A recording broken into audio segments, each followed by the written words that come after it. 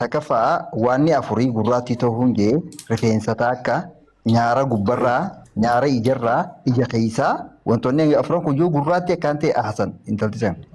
Waanni afurii adii ta'uu gaarii giseennu bifti isiidha yoo gama addeenyaatti deemtee ijji isii keessi adii yoo taate ilkeeyyuu adii taate qeensiinii fi mogoleen isii adii taanaan okkeedha. Waanni afur diimtuu ta'uudha. Arrabni diimaadha. Hidhiin diimtuudha. Mallaan lameen diimtuudha. Wallattati lassalleen diimtuu ta'uudha. Waanni afur ammoo wal gubbarraan akka waan dachaateetti warri gubbaa dacha'uudha. Isiin san tajachoo qabdu san keessaa mataa rifeensi mataa isiidha. Morma isiidha. Mormi isiidhaas akka waan dhodhommoqaa qabutti akka dacha'uudha. Mormi dheeraa ta'uudha wajjin. Dheeraa keessatti dhufna san. Mormi dheeraa ta'uudha. Harki isiidhaa kun furdaa ta'ee gisee akka waan dacha'eetti akkasi fakkaatu. Harki waan isiidhaa kun irreen isiidhaa. Mataa waan isiidhaa. Wal corqoobii wantoota hanga kana. Waan baatuun ammallee dheertuudha. Duuti isiidhaa gisee akkasii duubarra laatu akka waan qoranii dhaabbatanii fakkaatti. Quba isiidhaa. Quba keessa kana quba kana dhedheeraa ta'uudha. Ammallee waan kun irreen tunis dheertuu ta'uudha. Waan mogoleen miilaa kunis miilli isiidhaatis dheeraa ta'uudha. Dhaabbatiinsi isiidhaa gisee dhaabbattu. Ilmaan gaggaarii jihaadaafis tolu dhaabbataafillee tolu nama durallee yoo dhaabbate gartee namatti illee yoo waa himu tolu gartee san siif deessi gartee.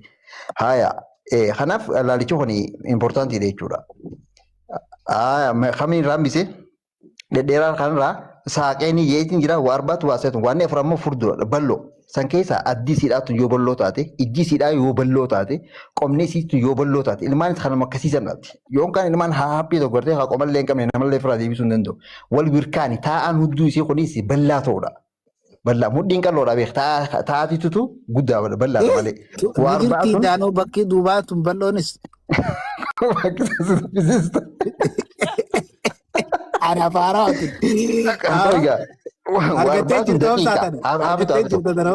Warbaatun daqiiqa waan afur faallaa balloo saniitiin dhiphoo waan xiqqoodha.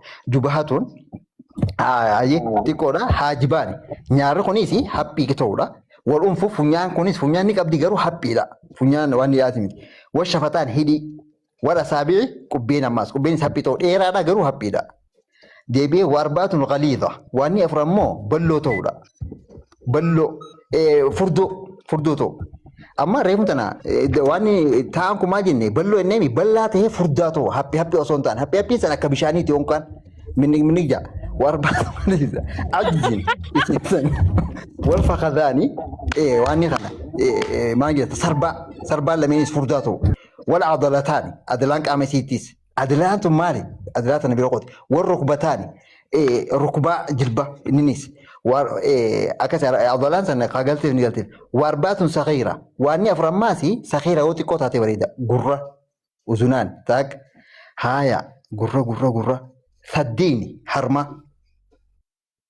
haaya wal yedaani shanacha harkaa warri jilaani miilinis yoo qabeellaa akkan taane akkasii yoo xiqqaate warbaatun xayyibatun riix waan afur ammoo shurufkaan isiidhaa gaarii taate afaan isiidhaa hurkaa isiidhaa funyaan isiidhaa qaama saalaa jechuudha. Waan kun yoo urgaawee gaarii. Waa arbaatun afiifa waan afur ammaas isirraa yoo ta'eef qabdu taate.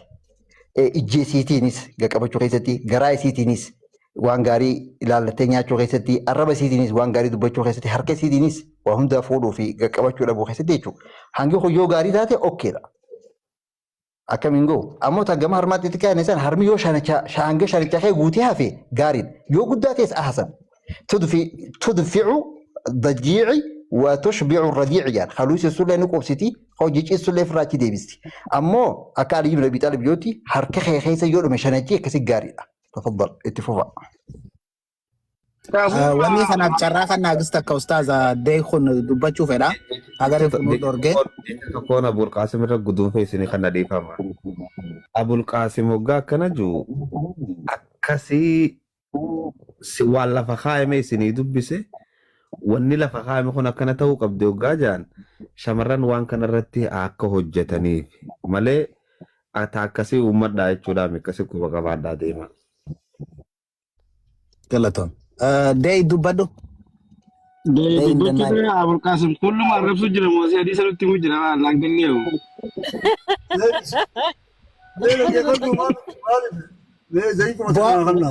Komantiin jalaa